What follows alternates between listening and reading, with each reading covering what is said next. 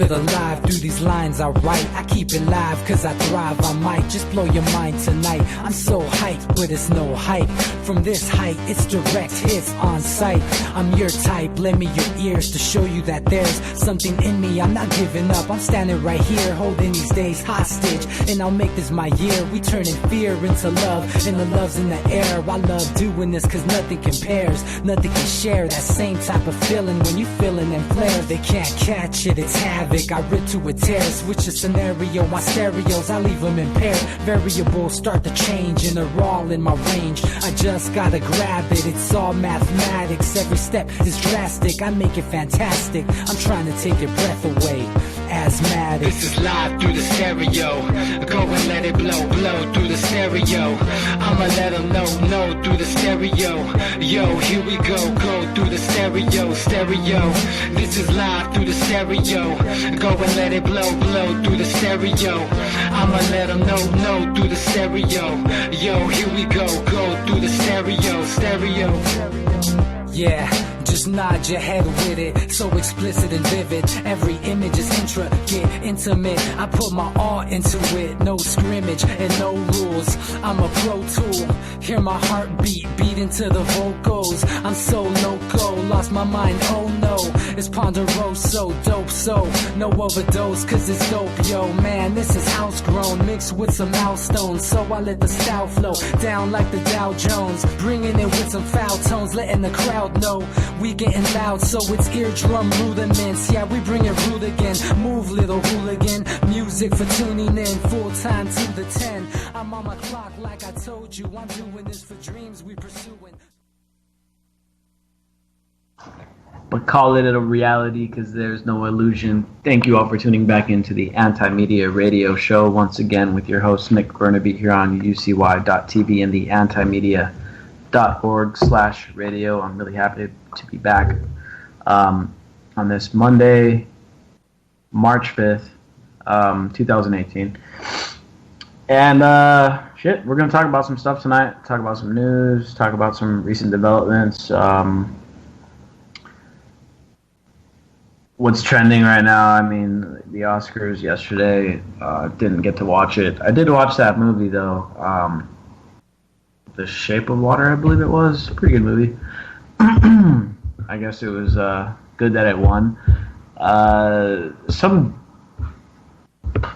guess you'd call him a street artist, was like trolling the Oscars as well about all that Me Too stuff recently. There was a couple billboards put up. One of them said, and the winner of the biggest pedophile goes to...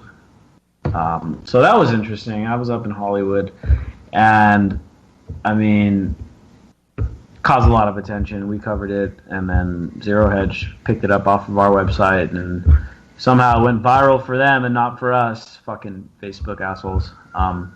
But anyway, doesn't matter. At least he got out there, right? So that's happening. All the Hollywood guys, you know, they got their pedestal that they're up on, and I didn't watch the show, so I don't know. You know, I didn't watch the Oscars. I'm not a big fan of that. You know, those super rich people patting each other on the back. Get Out won some awards. Have you guys seen that yet? It's on Netflix. That's a crazy movie. If you haven't seen it, make sure you see that one. It's by what's his name? I forget his name. Peele. Crazy stuff. Jordan Peele. Yeah, there you go. I'm bad with this celebrity stuff. I don't even know what the hell I'm talking about. I know those two movies I mentioned, they're good though. Anyway, that being said, what's up, Jake? How you doing, man? Oh, pretty good. Yeah, you know, same old, just overwhelmed with work. Yeah, not even working full time anymore, but somehow I'm still overwhelmed with work. But yeah, man, there's a lot of interesting things in the news right now. Kind of a weird slow cycle right now. I don't know. It feels like, I mean, the news cycle is so shaped by kind of what the mainstream wants us to be talking about, but it's kind of hard to know they burn so much of our energy on stupid shit. Yeah. Dude. Yep. I mean, we're constantly having to refute what they're trying to push, and all this stuff with the school shooting is now starting to blow over, and like kind of what happened after the Vegas shooting, we're in like this news hangover stage, right, where it's become relatively quiet on the news front. And once it becomes quiet, it's just like all the headlines are like about Trump, and Trump said this, Trump said that, Trump said that Trump is like praising China's president for establishing himself as a possible lifelong, ruler, and so it's just Trump said this, Trump said that stuff. And if you look on the anti-media, most of the stuff isn't Trump said this, Trump said that. In fact, got a few Facebook stories up today. As you guys all know, we've been dealing with our own struggles with Facebook, and like I said, the Oscars story about the guy trolling the pedophiles in Hollywood.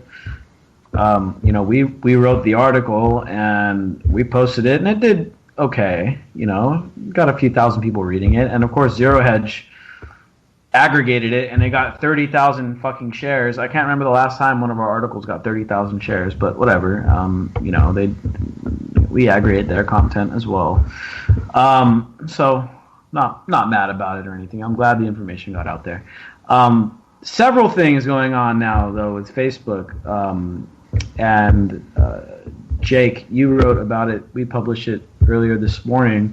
Facebook's secret file on you is bigger than you think. Here's how to view it. Very interesting article about all the stuff that Facebook kind of compiles on people. And something I found very interesting is that, and I knew about this before, but I never really read too much into it. But what I found very interesting is that how Facebook actually like builds up profiles for people that aren't even on Facebook. Jake, what can you tell us about this article? Yeah, I mean, in many ways, it's really... It shouldn't be surprising to people at this point.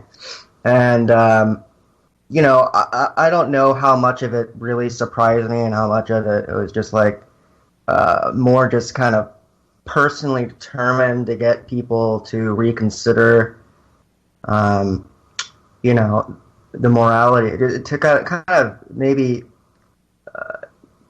rethink where we're at in terms of how much of our lives are being consumed.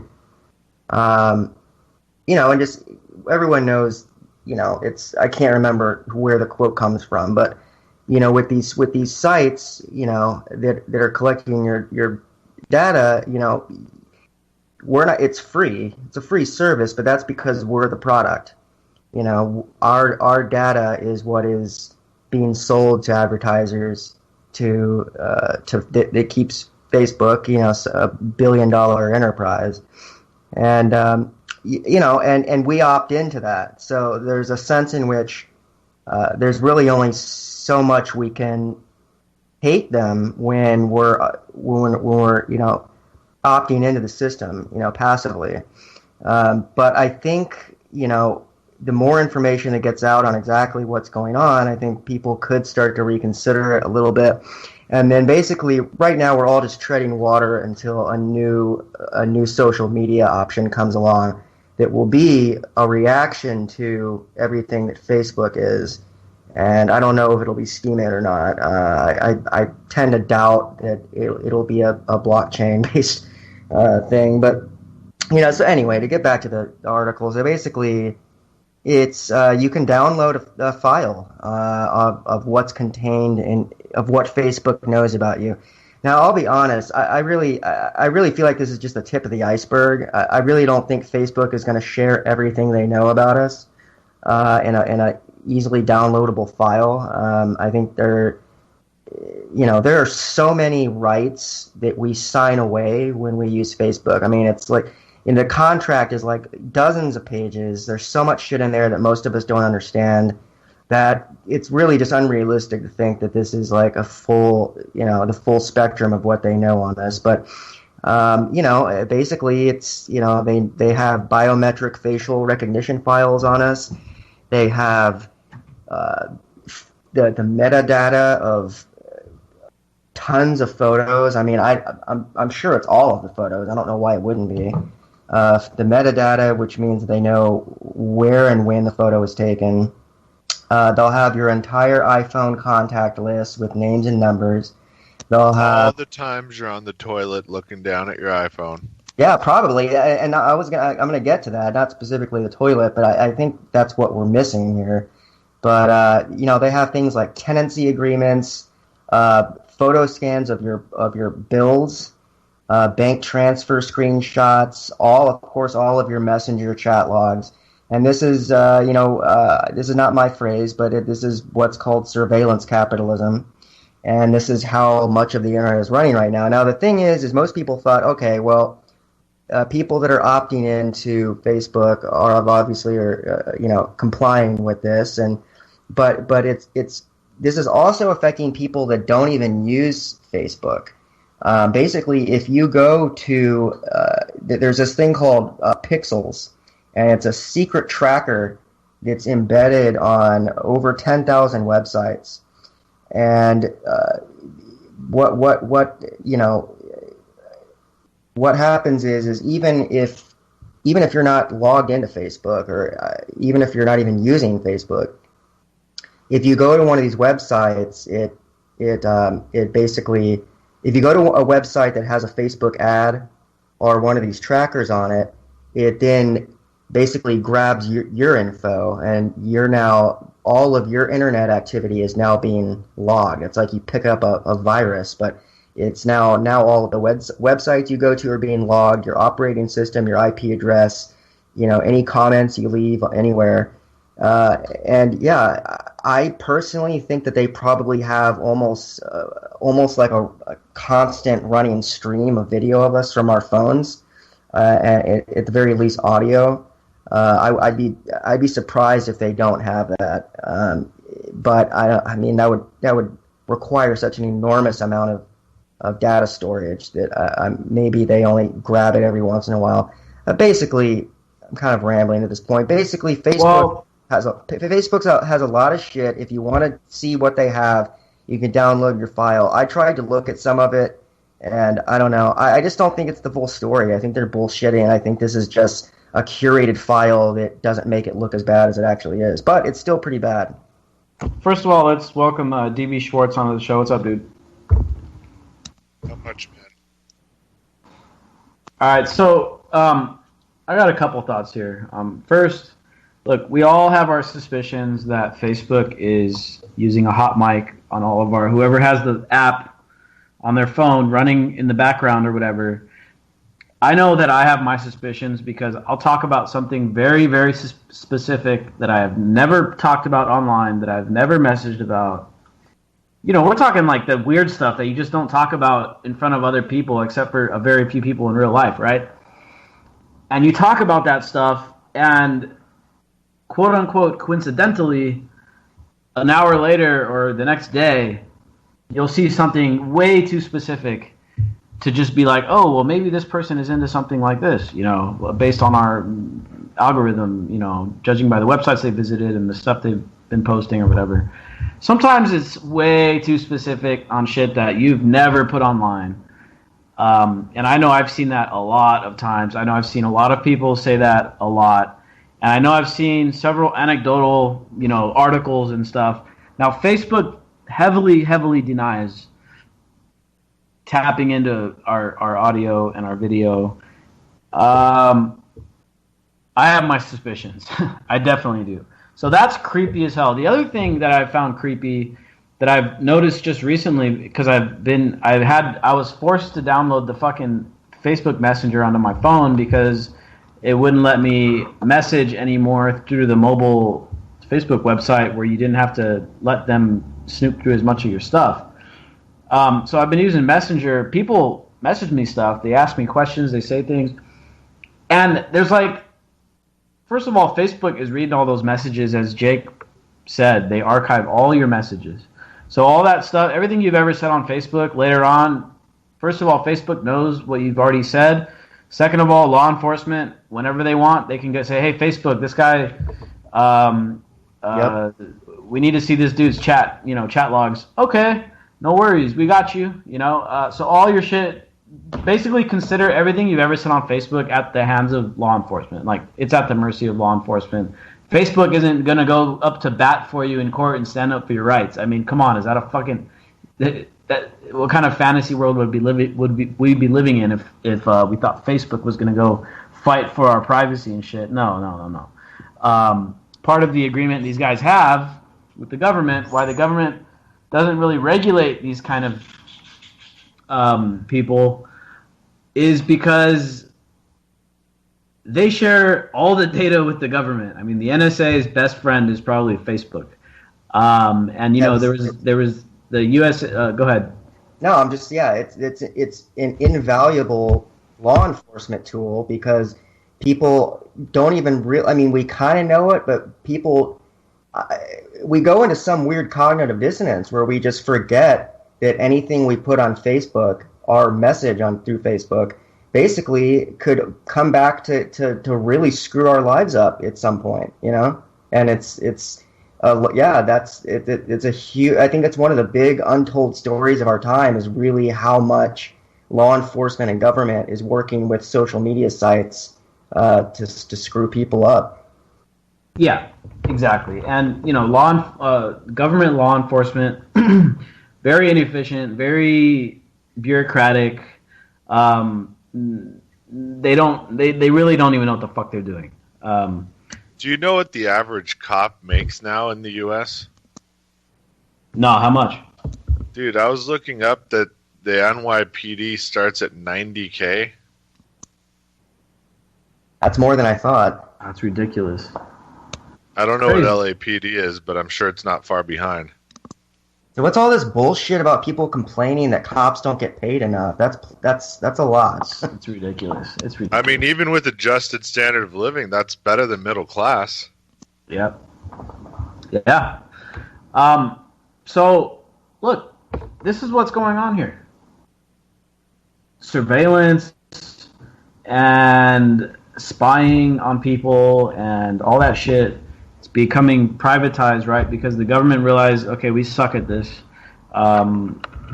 So we're just going to let Facebook run wild and collect everybody's data. Who knows? Tap into hot mics, get hot video right off your webcam, right out of your phone, whenever it wants.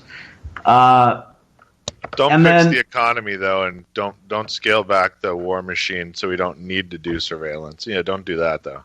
Yeah, exactly. And they just kind of let Facebook and Google run wild and do whatever the hell it wants. Now, we're starting to see some places like in Europe start cracking down and fining these people, and you're seeing lawsuits come through against Facebook and Google coming out of like Western Europe and stuff. And so that's going to be some interesting stuff to follow, because here in the U.S., obviously, we have very few legal protections against things like what's going on with Facebook and stuff. So the other thing that I found interesting, you know, Facebook's been deploying a lot more algorithms and a lot more artificial intelligence and stuff. Chatbots, you know, we have a chatbot for the anti-media that we use sometimes on Facebook that, you know, if you comment on certain posts, we'll send you like a message or whatever. They're cool. But now when I'm on Messenger, I get messages from people, and the messenger wants to reply. Like it gives me like phrases to reply. Like I don't even got to talk to people no more. Like the artificial intelligence in the messenger will answer for me. Have you guys seen that? I mean, that to me is really, like, it's super prevalent in Gmail when you use it professionally, where everybody uses the same stuff all the time. Hell, I've seen it on dating sites recently. You know what's funny is the AI pre-installed messages that I was supposed to use. I tested them out, and they were more successful. more people. Well, they're to the point. They're like to the point. They're succinct. They're like they get right to it. They're like when somebody writes a long note to me, it's like automatic. Sounds good. On the way. Period. Yeah. And then like I send that back, and they're like, "Well, thanks for your reply." Yeah. So, like, what's crazy to me is that these apps want to reply back to the person talking to you. At what point is it just going to be two bots like I got my bot, Jake and has his bot, and DB has his, and our bots are just going to be talking to each other. We ain't even going to be involved. The bots are going to be calling the shots. Have you seen the video of like Alexa and Google Home having a perpetual conversation? No, I haven't seen that yet. It sounds interesting though. So yeah, I mean that's just some interesting stuff, and we covered this a while back. This must have been like 2 years ago or so. The USA Freedom Act, which was, I guess, a supposed fix for the Patriot Act. Turns out they weren't really reducing the spying; they were just kind of privatizing it. So it's like, oh well, the government's not collecting all your data. Facebook's collecting it, and the government just can access it whenever the fuck it wants. Is basically the USA Patriot Act, and all these motherfuckers going around like, oh my gosh, the government's not going to spy on anybody anymore. The Patriot Act is over, and blah blah blah blah blah. And like the media kind of sold it as this, oh, we're regaining our privacy and this, that, and the other. And in reality, like we took a nice deep look at it. And Jake, I'm not sure if you covered this or not, but it turns out it was just more. It was basically the Patriot Act, but Facebook and Google are in charge of it now, and it's no longer the NSA, more or less. Well, and it's so much more nefarious because we drop our guards when we think we're on these, social media sites. When we think we need to break out of this thought that when we're using Facebook or social media sites, that it's in any way private, or no, this information is probably being directly already handed over automatically, but at the very least, it's definitely being aggregated and can be accessed at any time by law enforcement. So it's just, really anything sensitive that you need to communicate with someone, you should use WhatsApp or some kind of encrypted thing, because look, WhatsApp is encrypted, but WhatsApp is also owned by Facebook. No, that's not what I didn't mean WhatsApp. I meant Signal. Yeah, Signal's a good one. There's a few good messaging apps out there. But it's so weird for me because the anti-media was born on Facebook. We were born out of a Facebook page. And there was a time when Facebook used to be this kind of, what would you call it? Like it was like a free-for-all back when the early days of Facebook, back when we started blowing up, like in 2013. It was the MySpace of its day. Yeah, we were able to reach... I remember there was 1 week when we reached 156 million people in 1 week on the Anti-Media Facebook page because we had a couple memes go like super, super viral, right? And, back then people would post stuff and it would get likes and it would get comments and it would get shares. And I've been looking at Facebook more and more as like, it's almost like a drug dealer, right? But not like a pot dealer, like a meth dealer, right? Where it like gives out some like free samples.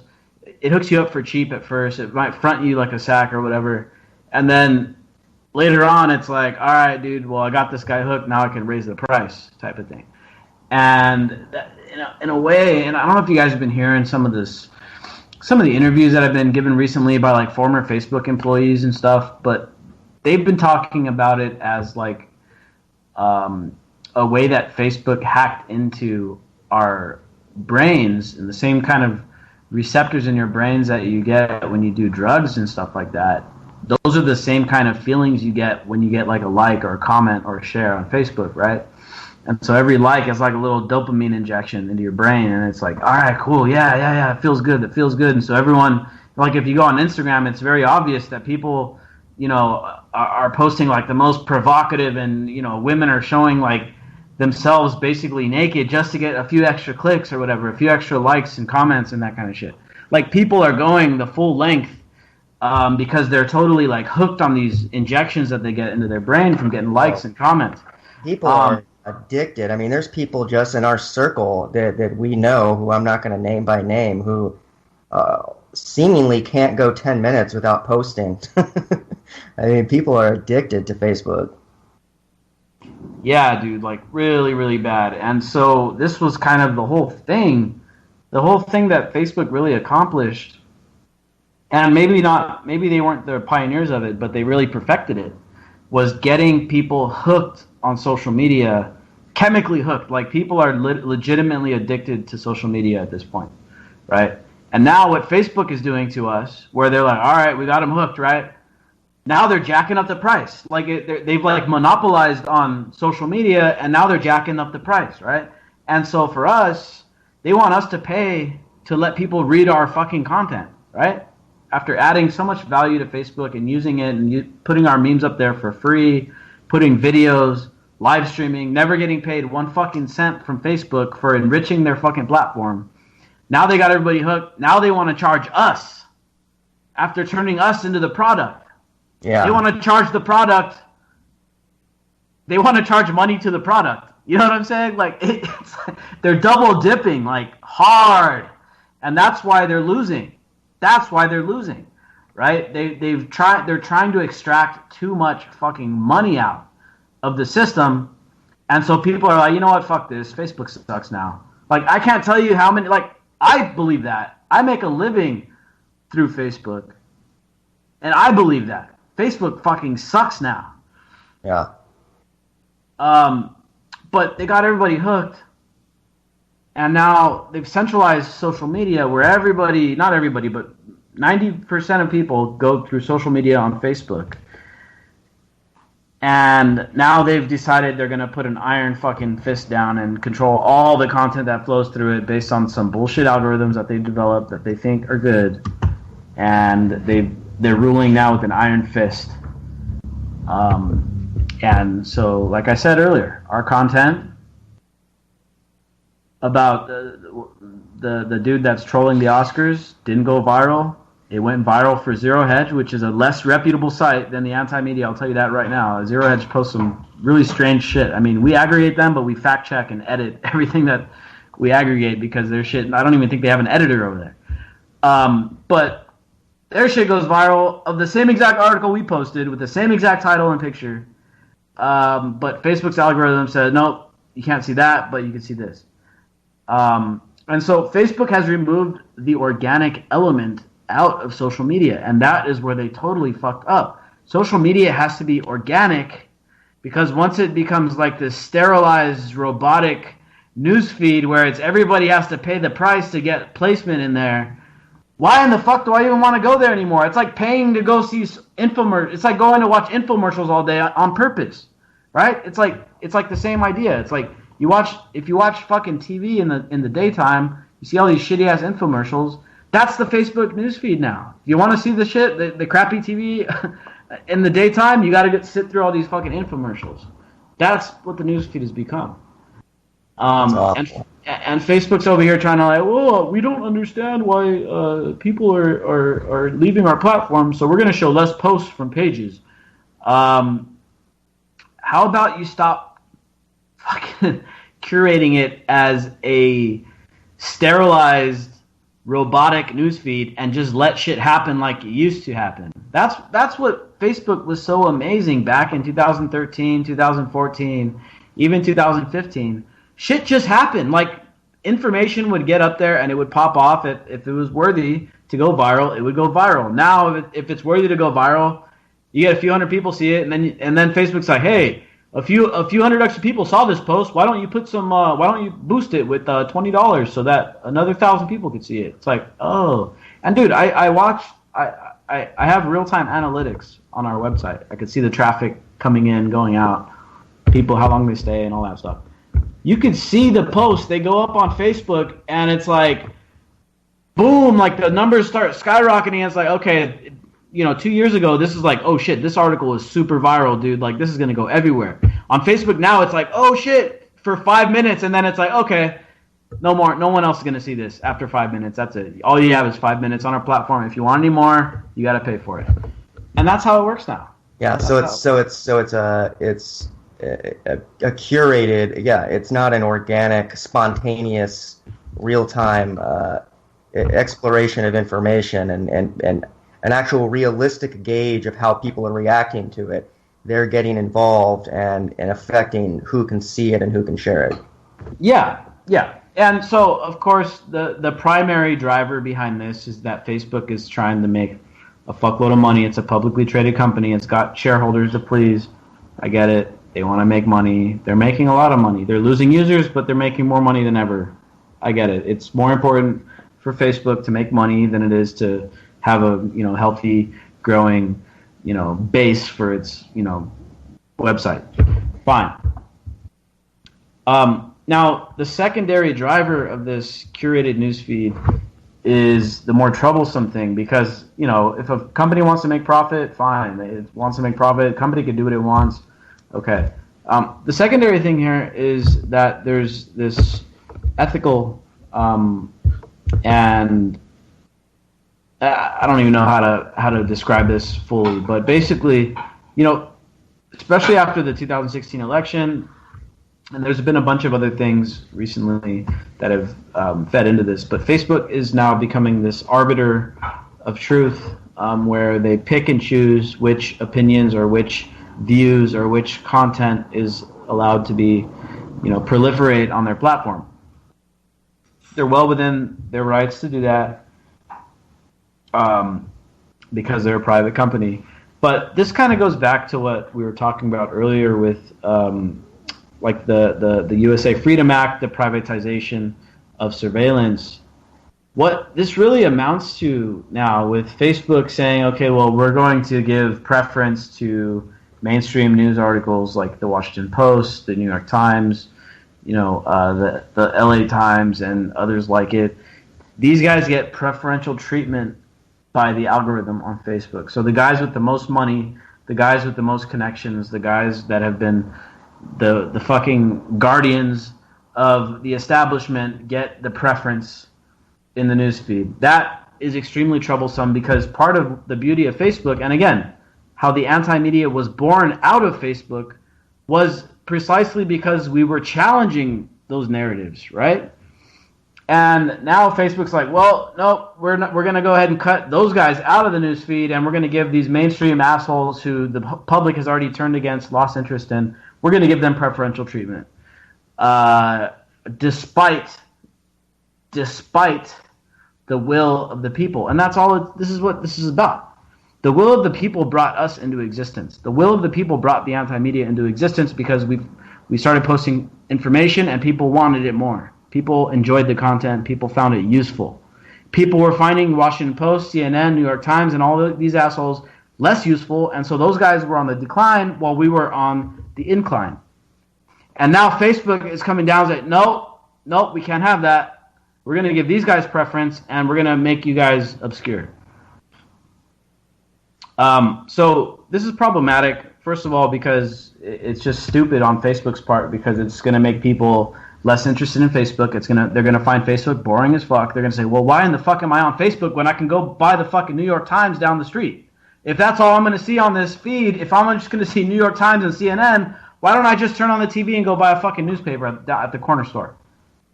What's the point, right? That's number one. Like, Facebook is messing up. Facebook is fucking itself. Number two, this is nothing short of privatized censorship. And this is the big ethical issue here, is that by being so friendly, by the government being so friendly to these corporations, and if these and in turn these corporations being so friendly back to the government, there's now a blurred line between what is and what isn't censorship. Because the way I see it, and look, we've talked about this a million times, the United States isn't a democracy, it's not a republic, it's more like an oligarchy, some would call it a corptocracy. The corporations are the government, basically, at this point. So when corporations are censoring people, at what point are we going to say, you know what, this is genuine censorship, this isn't just some dude getting banned on Facebook for saying some stupid shit. This is genuinely censorship because these corporations are so damn powerful that they're basically, they are the government at this point. And so this is the big problem here. Facebook, like I said, Facebook got everybody hooked. Facebook's got like 90% of the population running through its system. You know, a big chunk of those people rely on Facebook for most of their information, a lot of their information. Less and less people are watching TV. So Facebook successfully monopolized social media by giving out a free-for-all, giving out free, cheap hits. It's like getting discounted cocaine. It's like, hey, for the first 2 years you get grams for $5 instead of 50, and then 5 years down the line the price goes back up to full price. You know what I'm saying? And that's kind of what Facebook did. They said, all right, dude, we're gonna let it be a free-for-all, wild, wild west of the internet. We're gonna let shit go viral. We're gonna let all these businesses get created because they're tapping into the organic, the dark places of the internet, the organic stuff. And then they come around later and they turn the fucking deadbolt on you and they say, no, now we're locking up all the goods and you got to pay the top dollar for it. Yeah.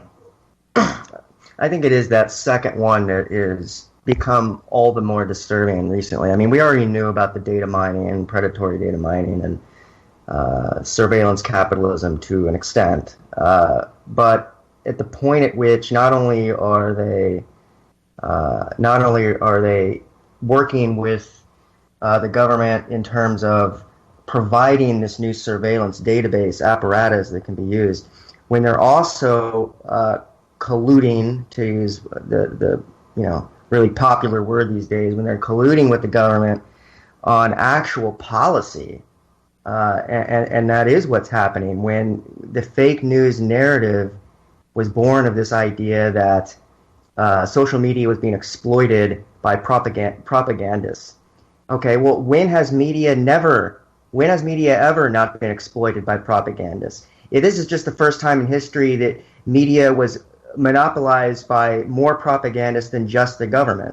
It was a more democratized propaganda field, and that's what was the case. Look, democracy, propaganda finally got a little democracy, and guess what? Hillary Clinton lost because of it. That's part of it. Well, and ultimately, that's the reason this is happening. If Clinton had won, the fake news narrative probably would not have blown up the way it did. But they needed a reason. I mean, they're using every excuse under the book. They're using Russia. They're using fake news. I mean, anything to not look at the fundamental issues that made people disenfranchised by the establishment. Anything they can do to not look at that, they'll use. And so now you have them literally blaming Russian trolls for the pipeline protests. I mean, literally every major issue, organic issue of people standing up and taking a stand, they're basically saying, well, that was influenced by Russia. But anyway, literally organic issues, because you know the latest one I just saw, anti-GMO messaging is Russian propaganda. That's the latest one I saw. I'm not even playing. It's brilliant when you think about it. It's like rehashing an old franchise. They're rehashing the Cold War and suiting it to this new age, where they know we can't go to war with Russia. Are most likely we're not going to go to a physical war with Russia. So let's just use them to basically anesthetize the public from really looking at any of the major issues. Yeah, Russia's become the butt of our propaganda, basically. And look, they probably did. They did interfere. They probably did. Look, Russia. But the fact is, what they did is they drove in organic wedges even harder. They saw that Bernie Sanders and Jill Stein and whatnot were trending hard in an organic way, so they helped push those wedges in harder and make the division lines even more visible. That's all they really did. We outright bribed Boris Yeltsin, and he was ready to defect to the U.S., and people forget that. So we can't say anything about color changes and NGOs and stuff like that, because we do far more than that. We assassinate and we directly bribe. Absolutely! It's an absolute joke that people are acting like this is the first time a democratic nation has had an election tampered with. The U.S. has been doing this for like over half a century, and if you want to say, oh well, it's only just our involvement in other socialist countries. No, it's not. We've interfered in democratic elections because it was in our national interest, and not our actual national interest, but the national Sometimes we created turn by government. Sometimes we turn perfectly functioning and economically viable democracies into socialist failures and into theocracies, i.e. Venezuela and Iran. So people just need to have context from history, which they never do. And that's why the brainwash is so deep here, because nobody really knows what we are as a country. Well, I'm starting to suspect that the U.S. meddled in the Saddam Hussein government. I mean, I don't know for sure, but I think they owned it. I think they completely owned it like a vassal state, and he went haywire. It seems like the United States meddled in the Gaddafi regime. No, I'm just kidding. Obviously, we overthrew those countries and destroyed them and stuff. Obviously, we meddled in those countries. It's almost as if they were challenging the petrodollar or something. Yeah, it's like, geez, I wonder what would happen when you light the oil fields on fire. I mean, gee. Oh, yeah. God, it's hard to say, right? Yeah, dude. Sorry, I got us off topic. We're supposed to be shitting on Facebook. Oh, yeah, fuck Facebook. It probably caused the Iraqi war, if you think about it. Yeah.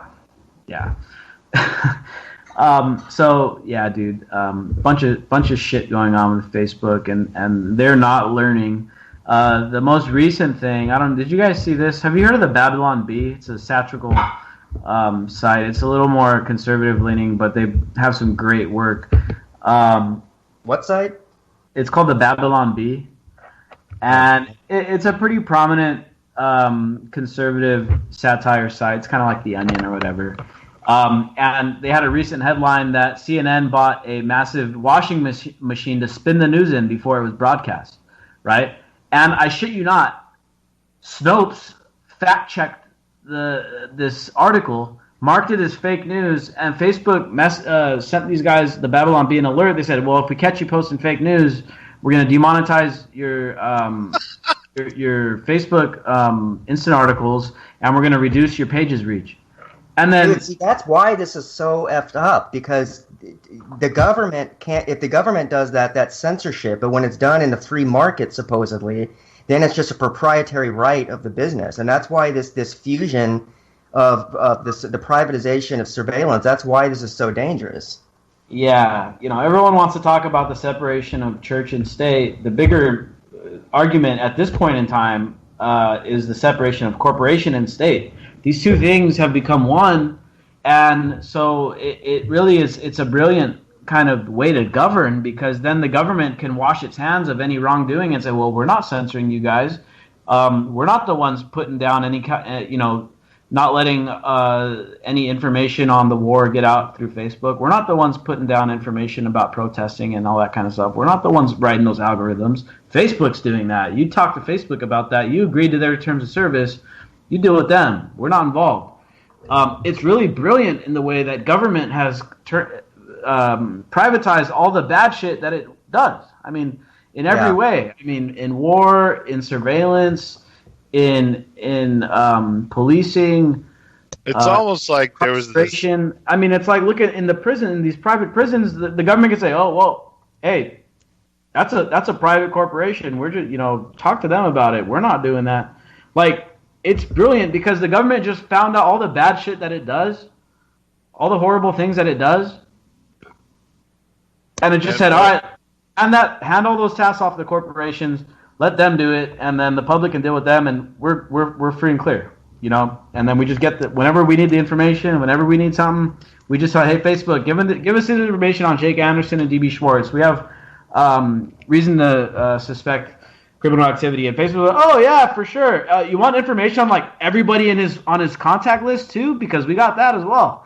And the government's, "Oh yeah, sure. That'd be great."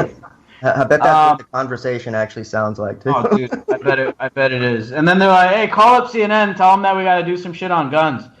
Okay, cool. Distraction time. Yeah, dude, it's very concerning, dude. Very, very concerning. This kind of corporatized state apparatus, which I guess is the is really the great American advancement, right? Everyone talks about, the American way, and America has done this and has done that. I'm looking at historic, trends here and precedents, and I'm looking at what has the United States really achieved in something that you could say the United States achieved greatness in something, and I'm trying to look and really see what the U.S. has achieved very well.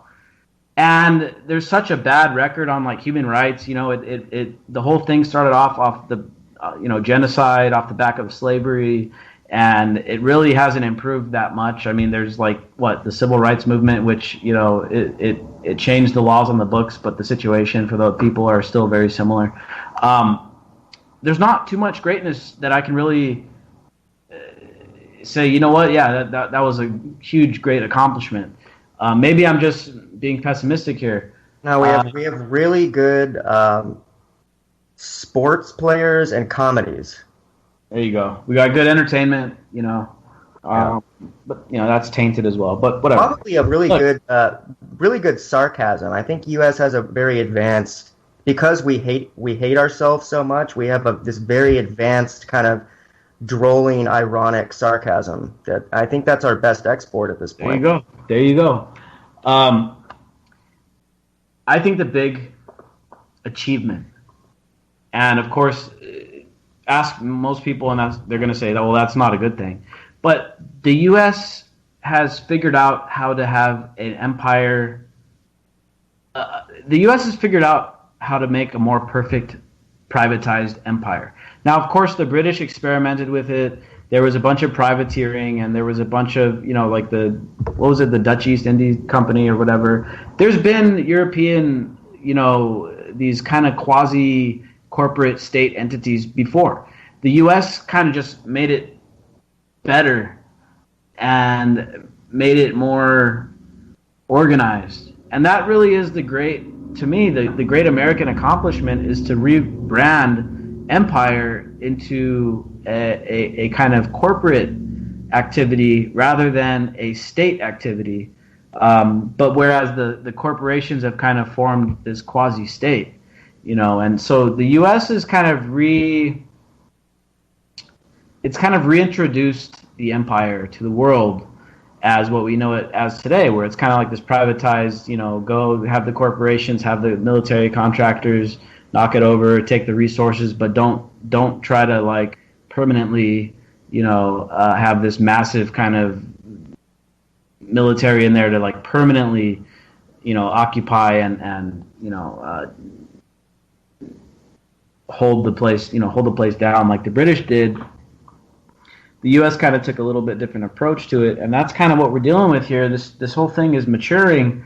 The U.S. is coming out of that golden age where it was just so much explosive growth, and after World War II, it was just euphoria, where it's oh shit, man, we're unstoppable. No one could fucking challenge us, so we're just gonna do what we want, and they're gonna have all this explosive growth, and there's gonna be a bunch of happy people, and everyone's gonna have a job, and everyone's gonna have a bunch of money because we're out, spreading our empire through all these foreign countries, and therefore it's going to benefit the U.S. people. That whole idea matured over the past 50 years, and now it's become much more parasitic, where there's just a handful of extremely, extremely rich, and we're doing all these things on foreign policy and all these things on domestic policy that is just privatized and corporatized and is made into a for-profit venture instead of a state expense.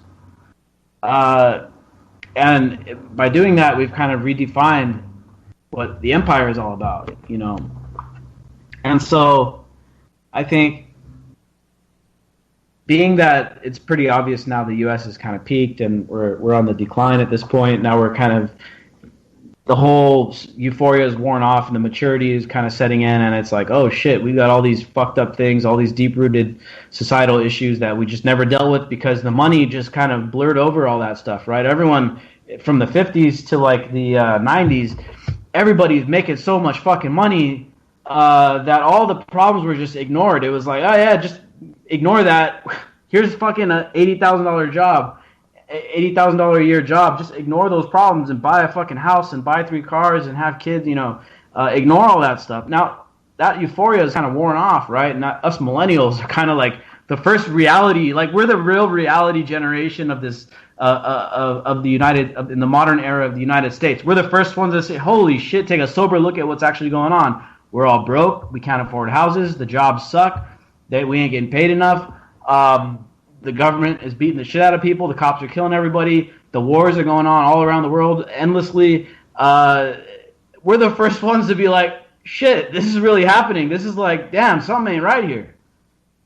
And because of that, back to this Russia thing, there's a bunch of organic stuff going on in this country that people are like, holy shit, we can't allow them to keep fucking up the Native Americans. Let's go try to stop this pipeline, right? We can't allow our food supply to be poisoned. Let's do this anti-Monsanto, march against Monsanto, right? We're tired of these political dynasties. We're going to stop Hillary Clinton. All that shit, legitimate, organic, deep-rooted issues. What are they going to say next? The Me Too movement was some Russian fucking campaign? I mean, are they going to say, they're already saying Black Lives Matter is backed by Russia? So, like, look, there's a bunch of these organic things going on, deep-seated divisions in this country. Inequality, racism, health, education, economics. There's a bunch of deep-seated issues. And Russia doesn't have to come in here and engineer these fucking things. Russia didn't create Black Lives Matter. Russia didn't create the March Against Monsanto. Russia didn't create the anti-war movement. Those things are already happening. All Russia has to do is say, oh shit, these things are happening. We could help support that a little bit. And this brings me back to something. Because look, I'm not going to deny that Russia obviously benefits from sowing divisions in the United States. But Russia isn't creating those divisions. They're already there, and they're finally coming out into the open because we are no longer able to just ignore it by shoving money down our throats because the money is gone, right? Like, I bet you that all this shit wouldn't be happening right now if us millennials were getting paid 60, 70, 80,000 bucks a year, and it's like, yeah, dude, I already own a house, I got a vacation home, bro, I got 3 cars, I got 5 kids. If we had all that shit to distract us, I'm sure we wouldn't be out fighting, beating. I'm sure Antifa and the alt-right wouldn't be out smacking each other over the head with sticks right now. I bet you that wouldn't be happening. But it is because all that shit wore off. All that, the empire in its heyday shit, everyone can pretend nothing bad's happening. All that shit's gone. And so all these problems are coming up. Russia just has to put a little, identify something that's hitting a big wedge issue that's really getting a lot of traction. Throw a couple thousand trolls behind it, a couple $1,000 in Facebook fucking buying ads and shit. Boom. You help amplify that message just a little bit more. And I'll tell you why. I met, some years ago when I first got into activism, I met a woman from Afghanistan. She was in the parliament. She survived like 4 assassination attempts. She was a legislator who was anti-Taliban, anti-warlord, and anti-U.S. intervention.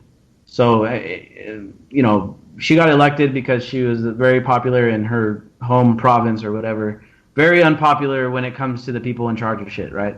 Survived plenty of assassination attempts. Very, very smart, down-to-earth woman. Her name happened to be Malala as well. Different from the young girl that we all know, the one that I think she survived a drone strike or something, who goes around and gives speeches and stuff. She's awesome too, but this other lady, she was a senator, I believe, in Afghanistan. Anyway, I talked to her, interviewed her a long time ago when I was working, when I was doing some coordinating with Occupy San Diego, shortly after all the Occupy things got busted up by the cops and all that stuff.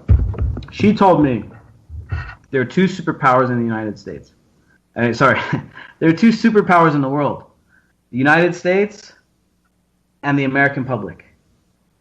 And so basically the point she was making and what she was telling me was that if you guys here in the U.S., if us here in the U.S. could turn the public to oppose the Afghan war, to like, this is after bin Laden had been, killed and all that stuff. She was trying to get the U.S. out because she knows that the U.S. is just causing, their presence there is causing a bunch of really bad, terrorism and Taliban, warlords and a bunch of other corruption and shit going on. She was just telling me, hey, dude, if you guys were to get the public to withdraw support from the Afghan war, your government would pull them back. Now, she made a great point. It made a lot of sense that the two superpowers are the United States, the U.S. government, and the American public, right? Two separate things. Now, this brings me up towards what Russia is doing, what it's doing. Part of the reason why the United States government is so weak right now when it comes to projecting outwardly is because the U.S. people are like divided as fuck. I don't know if I guess the last time the U.S. public was this divided, I would say, was like the 60s and then ending in like the Vietnam War. After that, it hasn't been this divided since then. The reason it would benefit Russia to keep driving wedges in between all these divides is because it keeps the American public, which is the second world superpower, neutralized. Now, if the U.S. government were like, you know what, we got to go after, Russia or whatever, and then the U.S. public was like, and everybody was like, yeah, let's go after Russia. I mean, that would be a whole different story. We would already be at like, DEFCON fucking 5 or some shit, and maybe at war with Russia right now. If the situation were different. But the American people are too divided to give consent to this government. And especially with Trump at the head of it. With Trump there, I mean, he's such a polarizing guy that the public aren't going to agree on shit. And another reason why these guys probably want Trump in office, because they know he's polarizing. But I'm the biggest, Russia skeptic. I don't believe Russia engineered our election. I don't believe Russia is responsible for Donald Trump. I believe America is responsible for Donald Trump. Donald Trump is not the president we wanted, but the president we deserved, right? And it just shows us where we're at as a country when we elect Donald Trump. That's where we're at. Sure, would Donald Trump being president in some ways benefit Russia? Okay, I could see it. People thought he was going to be better on foreign policy than Hillary Clinton as far as not being an interventionist. He's not. He's worse, right? But he keeps us divided. And everything Trump is doing is benefiting China. Like, China is, like, loving it right now, dude. I don't know if you guys have been seeing what's going on. I mean, Trump announced tariffs on steel and aluminum. The hardest hit will be Canada, which is, like, one of our closest allies, and Mexico, one of our best trading partners. Everything Trump is doing, canceling the TPP. I wasn't in favor of the TPP, but the TPP was an agreement made to counter Chinese economic, contain the Chinese economic expansion or whatever. Trump, everything he's doing is helping China. Everything. And so it really isn't a surprise that these guys would want to get behind Trump. But did they swing the election? I don't think so. This stuff is already there. Did Russia create the anti-GMO movement? No. Did Russia create the anti-war movement? No. Did Russia create Black Lives Matter? No. They just identified something already happening and put a little bit of money behind it. That's what's brilliant about their foreign policy. That's how they operate. Thank you all for tuning in. Anti-Media Radio. Peace out. I'm doing this for dreams we pursuing, but call it a reality, cause there's no illusion. This is live through the stereo. Go and let it blow through the stereo. I'ma let them know through the stereo. Yo, here we go through the stereo. This is live through the stereo. Go and let it blow through the stereo. I'ma let them know through the stereo. Yo, here we go through the stereo.